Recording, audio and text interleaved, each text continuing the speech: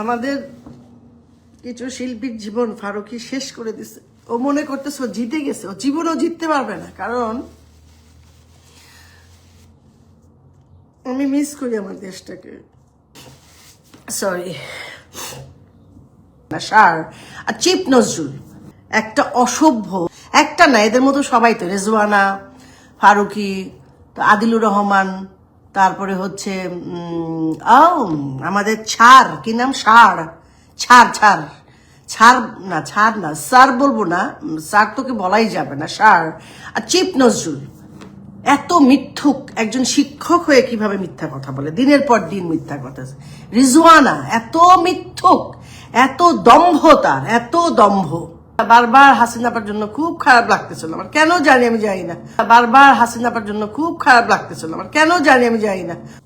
ও যেভাবে আমাদের দেশটাকে, আমাদের শিল্প সংস্কৃতিকে ধ্বংস করছে। আমাদের কত শিল্পীরা বসে আছে আমাদের অহেতুক। ভাই, তুমি একটা দলকে সাপোর্ট করো, এটা তোর অন্যায় না। দেখতে হবে যে সে অন্যায়ভাবে কোনো সুযোগ সুবিধা নিয়েছে কিনা। দুঃখটা তো এইটাই যে একটা দেশদ্রোহী, একটা কালপ্রিট, একটা অসভ্য, একটা জেনারেশনের জন্য বিপজ্জনক একটা মানুষ, একটা না, এদের মতো সবাই তো, রেজওয়ানা, ফারুকী, আদিলুর রহমান, তারপরে হচ্ছে আমাদের ছাড়, কি নাম, ছাড় না, স্যার বলবো না, স্যার তোকে বলাই যাবে না, সার আর চিপ নজরুল এত মিথ্যুক। একজন শিক্ষক হয়ে কিভাবে মিথ্যা কথা বলে, দিনের পর দিন মিথ্যা কথা।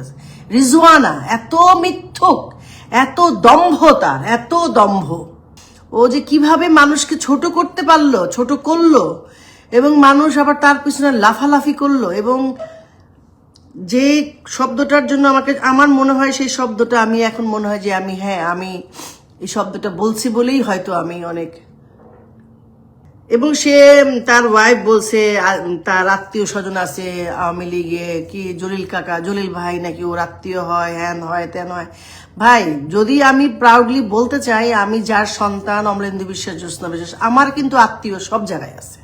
কারণ আমার বাবা মা এত জনপ্রিয়, আজকে প্রথম আলো বলুক, ডেইলি স্টার বলুক, তারা সবাই কিন্তু আমার বাবা মাকে শ্রদ্ধা করে। কিন্তু আমি কখনো কারো কাছ থেকে ওই সুযোগগুলো নেইনি।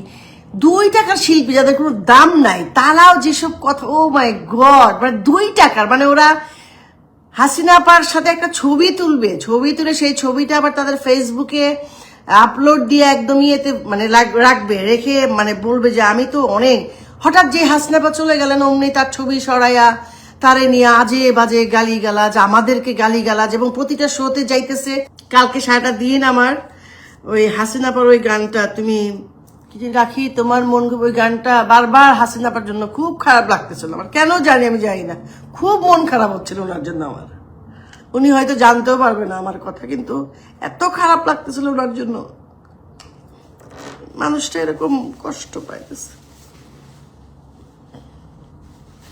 যাক, বললে আবার ভাববে যে ওনার তেল মারতেছি থাকাতে। আমার খারাপ লাগে, আমার অনেকের জন্যই খারাপ লাগে, ওনার জন্য তো সবাই খুব খারাপ লাগতেছে।